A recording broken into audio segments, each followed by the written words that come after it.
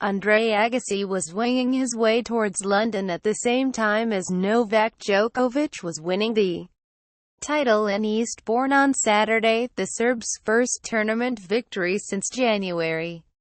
Having decided to play an official event in the week before Wimbledon for the first time since 2006, it was a big boost to his fragile confidence, and after 12 months in which he went from invincible to mere mortal, things are looking up. Just 6 weeks into their collaboration, though, surely Agassi cannot have made such a difference that Djokovic can win Wimbledon for a fourth time this year, despite losing his aura of invincibility. "Don't be surprised," said the 47-year-old American. "I wouldn't say that at all. Can a guy like this objectively find his way back to the trophy?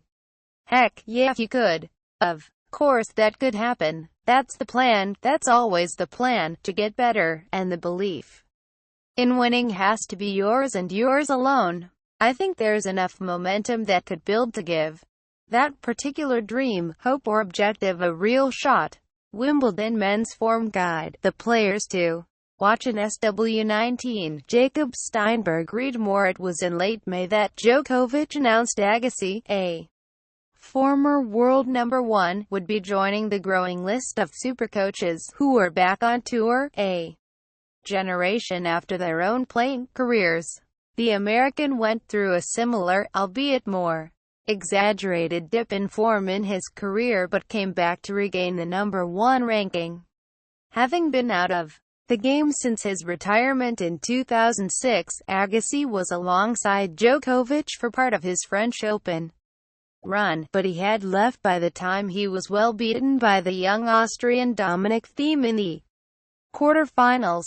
Agassi gave Djokovic a couple of days of space and was then straight on the case.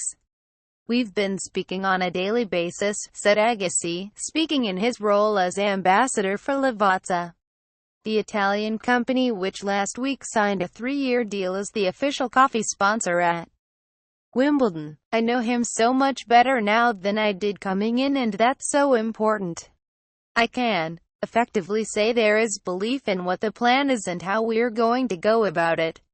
It will get more nuanced and layered as we go. It's problem solving and I am enjoying learning. I'm enjoying giving some tools, and I have the utmost belief that it's going to make him once again the best of who he is." Novak Djokovic stunned as Australian Open title defense ends against Denis Istomin. Read more. What makes Agassi different to the other supercoaches is that he is not being paid something he sees as crucial. "This isn't a business transaction, and nor will it be," he said. "I don't really need anything, so we need to come to the table on equal terms so that there's a healthy respect and a healthy trust." Part of what attracted Agassi to the role is that Djokovic does not need molding, as a young player would, something that would be impossible given his existing commitments, notably the Andre Agassi Foundation, which provides education for underprivileged children in Las Vegas. "I'm learning and I'm putting some tools in the tool chest. So I don't quite feel like this is the coaching that I know. I think it's important, and Novak is smart, and I think he's very persuasive, and he's doing this the right way. He now has a couple of guys around him that have his back, and I think he's going to do a lot with a little. One of those guys will be Mario Andžić." The former Croat player who reached the semi-finals at Wimbledon in 2004 before his career was cut down by illness and injury. Andžić, a qualified lawyer who works at Credit Suisse, will be at Wimbledon and will fill the gaps when Agassi can't be there. "It was an incredible collaborative decision and a smart one," Agassi said, "and we are going to now start to run."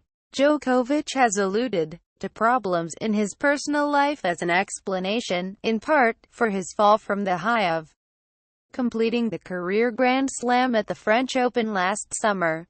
"When you see somebody who has accomplished so much and then somehow to our eyes it overnight changes, it doesn't have anything to do with tennis, it has to do with reason, inspiration, finding that thing that fuels you."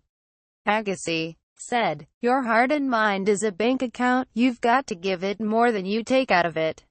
When you cross that line, you file for bankruptcy."